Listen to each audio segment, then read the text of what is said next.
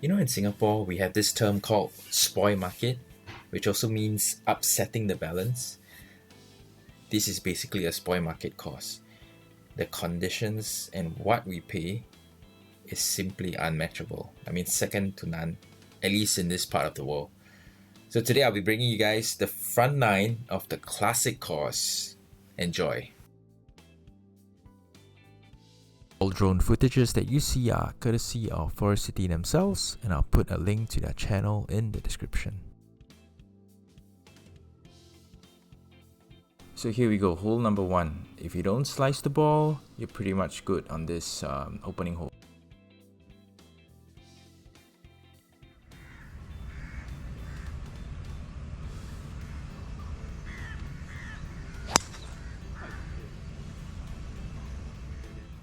So after finding the fairway, I proceeded to create one of the worst sounding sounds in golf.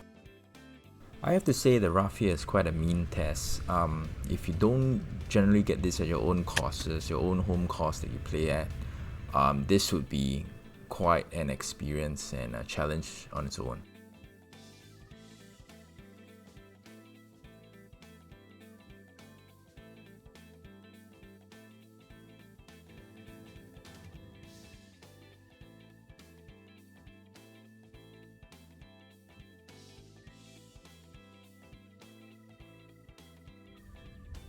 Hole 2 is a legit par 5. You're going to get your hazards, fairway bunkers, of course very nice fairways, and the dreaded rough.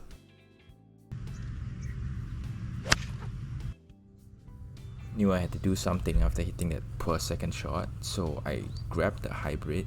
Of course you can see his ball above feet, and had great contact basically. Had a 15-footer here for birdie, but in all honesty, I was just very happy to find the green in regulation.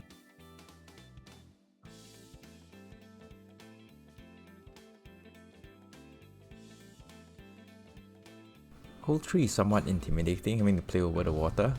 I took a 7-iron here. I think I hit it a bit too well that it flew over the green.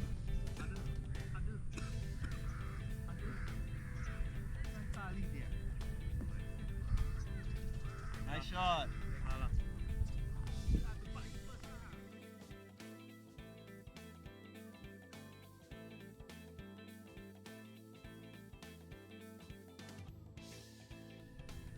Another hole that has water left and right, so avoiding hooking, slicing, and you should be good. Had another approach with ball above feet and in the ominous rough. Didn't hit it well and it ended short of the green.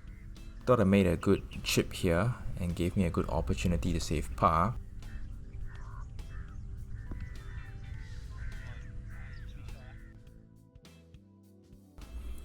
Once again, the putting let me down.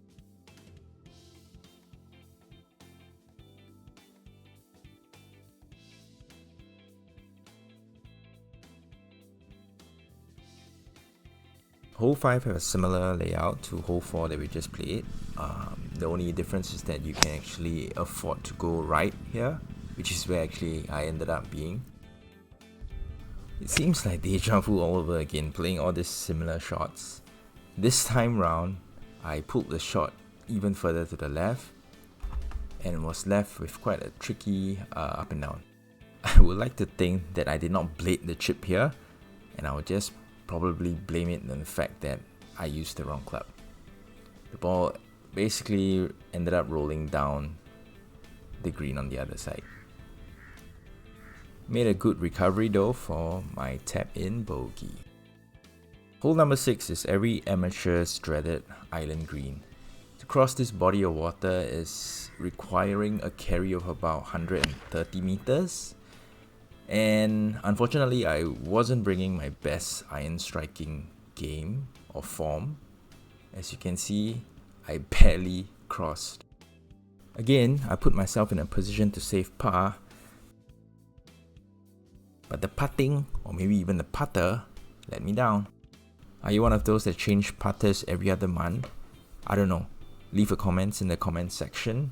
because this putter does look short, too short for me, but is that going to make a lot of difference if I change to a taller one perhaps?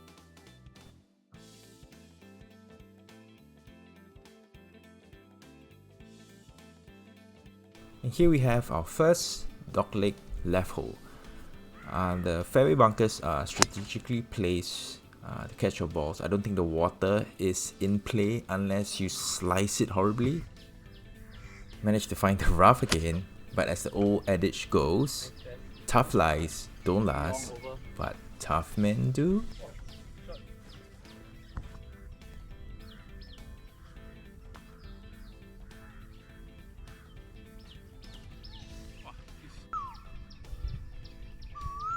I think the ball landed on the fringe, but I'm going to count this as a 3 putt. It was just a horrible second putt that I made.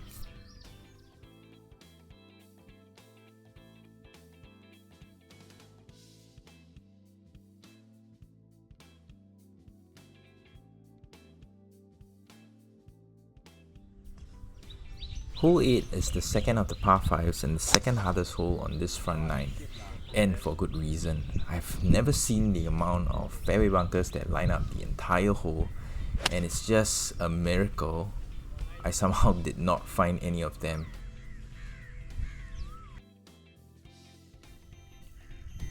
I was left with about 90 meters to the hole. It was on a downhill lie, and I really hate playing downhill lies. I think it's one of the most uncomfortable lies for me because I feel like I'm gonna fall forward. But thankfully I did not, and I hit a stellar approach here.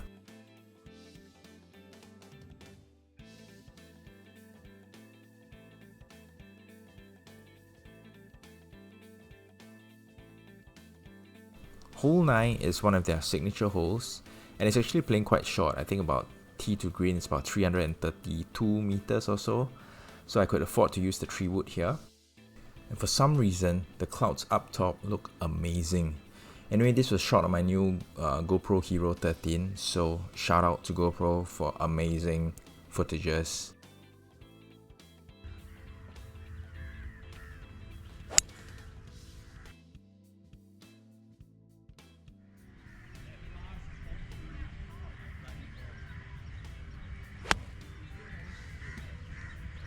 And this is what keeps me coming back to golf: the sound of pure contact.